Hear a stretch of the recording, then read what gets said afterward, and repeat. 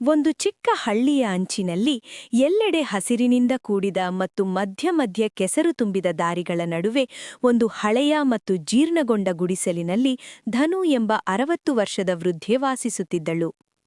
ಅವಳ ಜೊತೆ ಅವಳ ಪ್ರಪಂಚವೇ ಆಗಿದ್ದಳು ಅವಳ ಮೊಮ್ಮಗಳು ಕಮಲ. ಕಮಲ ಧನುಗೆ ಸಹಾಯವಾಗಿದ್ದಳು, ಧನು ಕಮಲಳಿಗೆ ಸಂಪೂರ್ಣ ಜಗತ್ತಾಗಿದ್ದಳು.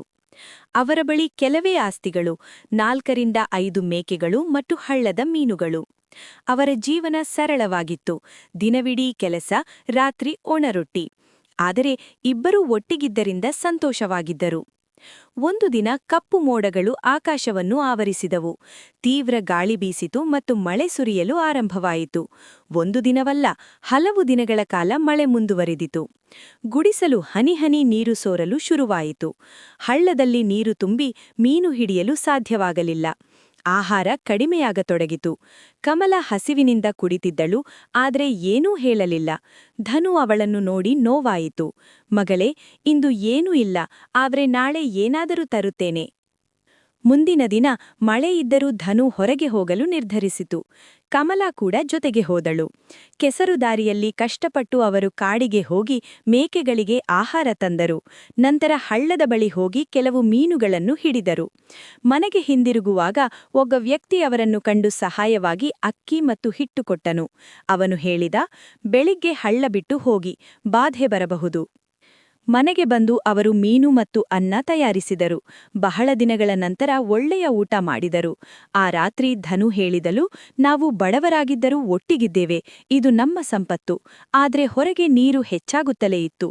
ಗುಡಿಸಲು ಒಳಗೂ ನೀರು ನುಗ್ಗತೊಡಗಿತು. ಮುಂದಿನ ದಿನ ಜನರು ಹಳ್ಳ ಬಿಟ್ಟು ಹೋಗಲು ಆರಂಭಿಸಿದರು. ಧನು ಮತ್ತು ಕಮಲ ಕೂಡ ಸ್ವಲ್ಪ ಸಾಮಾನು ತೆಗೆದುಕೊಂಡು ಹೊರಟರು.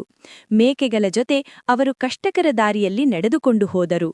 ಮಧ್ಯ ಧನು ಜಾರಿ ಬೀಳಲು ಬಂದರೂ ಕಮಲ ಹಿಡಿದುಕೊಂಡಳು. ಒಬ್ಬರೊಬ್ಬರಿಗೆ ಸಹಾಯ ಮಾಡುತ್ತಾ ಜನರು ಮುಂದುವರಿದರು. ಕೊನೆಗೆ ಅವರು ಒಂದು ಎತ್ತರದ ಸ್ಥಳಕ್ಕೆ ತಲುಪಿದರು. ಅಲ್ಲಿ ತಾತ್ಕಾಲಿಕ ಆಶ್ರಯ ನಿರ್ಮಿಸಿದರು. ಆ ರಾತ್ರಿ ಅವರಿಗೆ ಆರಾಮ ಇರಲಿಲ್ಲ, ಆದರೆ ಮನಸ್ಸಿಗೆ ಶಾಂತಿಯಿತ್ತು. ನಾವು ಬದುಕಿದ್ದೇವೆ.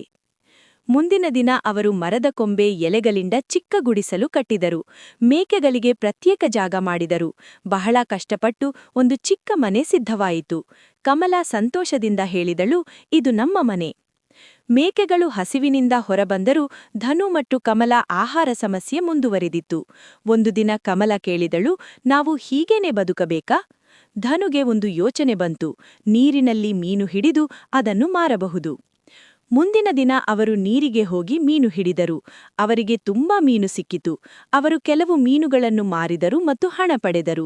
ಆ ಹಣದಿಂದ ಅಕ್ಕಿ ಮತ್ತು ಮಸಾಲ ಖರೀದಿಸಿದರು. ಅವರು ಮೀನುವನ್ನ ಮಾಡಿ ಮಾರಲು ಪ್ರಾರಂಭಿಸಿದರು.